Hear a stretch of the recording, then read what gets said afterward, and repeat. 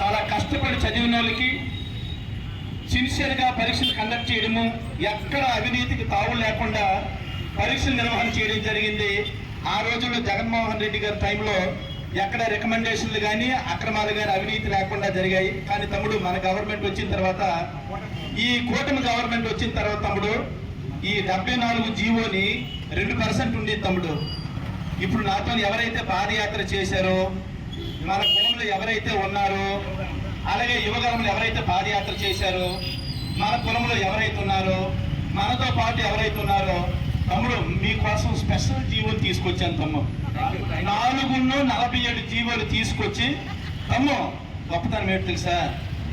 Qualify అవ్వకపోయినా పర్వాలేదు, డిఎస్సిలో ఎగ్జామ్ రాయకపోయినా పర్వాలేదు, నువ్వు ప్యాకాట్ ఆడి నువ్వు లూడో గేమ్స్ ఆడితే చెట్ట లేకుండా ఏమీ లేకుండా తమ్ముడు అది పక్కలకు కూడా చెప్పు. 15 లక్షలకి 20 లక్షలకి మనం ఇచ్చేద్దాము. మీ పక్కలకు కూడా చెప్తాము, బయటకు తిరగకుండా 15 లక్షలు 20 లక్షలు పట్టుకొని రావంటాము. సో తమ్ము మేము లోకేష్ నేనున్నా నీకెందుకు తమ్ము, అదే 420 ఉద్యోగాలు పక్కన పెట్టాను తమ్ము.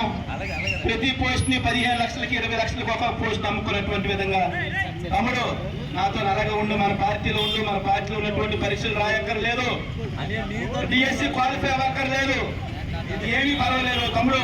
మీరంటూ తీసుకురా తమ్ముడు. థ్యాంక్ యూ తమ్ముడు. ఎడం చేతి వైపు నడిచాడు శివ, కుడి చేతి వైపు నడిస్తే మన శివ తమ్ముడు ఎడం చేతి వైపు, అంటే ఇక్కడ లెఫ్ట్ హ్యాండ్ రైట్ హ్యాండ్. తమ్ము నీకు కూడా స్పెషల్ జీవోలు తీసుకొచ్చాను తమ్ము. ఇంతకు ముందు 2% ఉంది తమ్ము, ఇప్పుడు 3% చేసాం తమ్ము. నీకేం పర్వాలేదు తమ్ము. ఏ సర్టిఫికేట్ అనుకున్నావు? మనం తయారు చేసిన తమ్ము. మన రవికుమార్ గారు, భారత్ గారు ఉన్నారు కదా, వాళ్ళు తయారు చేశారు తమ్ము, తమ్ముడే తయారు చేశారు తమ్ము. తమ్ము ఇదే నేషనల్ సర్టిఫికేట్ కాదు తమ్ము. తమ్ము ఇంకోటి గుర్తుపెట్టుకో తమ్ము, నేషనల్ లెవెల్ ఆర్చరీలో దొరకాయి ఫస్ట్ ర్యాంక్ వచ్చింది తమ్ము. సర్టిఫికేట్ వెరిఫికేషన్ చేసాము, కానీ ఇది ఉద్యోగం ఇవ్వతాము, నీకు ఇస్తాం తమ్ము, తీసుకోతాము. సో ఇలాంటి సర్టిఫికేట్ నుండి చాలు తమ్ము. సో మనం అన్ని కూడా తయారు చేసాం. వెన్నుదన్నుగా ఉన్నటువంటి వాళ్ళందరికీ కూడా తమ్ము జీవోలు తెచ్చాను తమ్ము. స్పెషల్ గా 447 ఆ జీవోల్లో ప్యాకెట్ అనేది చాలు తమ్ము.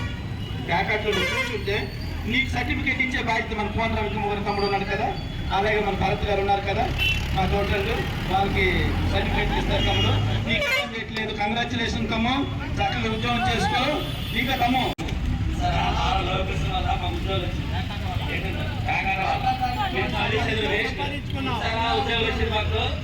చదువు వేస్ట్. యువతి ఒకరికి నేను ఒక విజ్ఞప్తి చేయాలనుకుంటున్నాను. ఈ మధ్యకాలంలో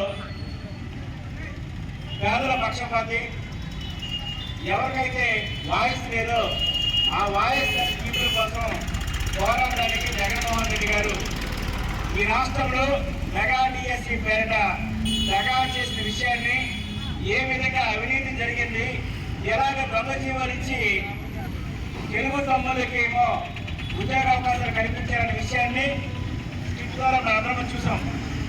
ఈ రాష్ట్రంలో ప్యాకాట్ ఆడేవారికి, లూడో ఆడేవారికి జీవో నెంబర్ 447 అనే జీవోల ద్వారా 2% ఉన్న స్పోర్ట్స్ కోటాను 3% చేసి వాళ్ళకి ఉద్యోగ అవకాశాలు కల్పించి ఉద్యోగం ఇచ్చిన తర్వాత ఆ జీవోని క్లోజ్ చేసిన విషయం ఈ రాష్ట్ర ప్రజలందరూ కూడా ప్రీతమ నాయకుడు జగన్మోహన్ రెడ్డి గారు జాగ్రత్తగా పరిచారు.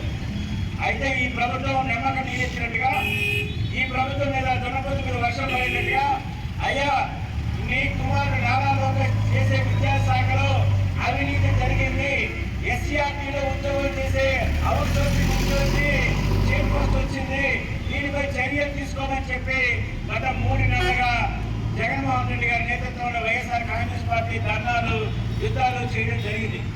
అయితే నేటి వరకు కూడా ఎక్కడ స్పందన లేదు, ఎటువంటి ఎంక్వైరీ లేదు, సిబిఐతో ఎంక్వైరీ చేయాలో ఎక్కడ స్పందించలేదు. ఈరోజు ఇక్కడ ఉన్న నిరుద్యోగ యువతలకు వస్తున్నాం, మీరు దగా పడ్డారు కదా, ఈ ప్రభుత్వం అనేది మిమ్మల్ని మోసం చేసింది కదా, ఈరోజు మీరు ఎలా భావిస్తున్నారు? దగా కార్యవాళ్ళు రోడ్డు తీసుకున్నారు, ఉద్యోగ అవకాశాలు వస్తే అభివృద్ధి బాగుందా, గౌరవం ఏమనుకుంటున్నాం? రేపు రాబోయే ఈ దొంగల రాజ్యాన్ని, ఈ దోపిడీదారుని లేదా విద్యార్థి వర్గాన్ని మోసం చేసిన విషయాన్ని మనందరం తెలుసుకున్నాం.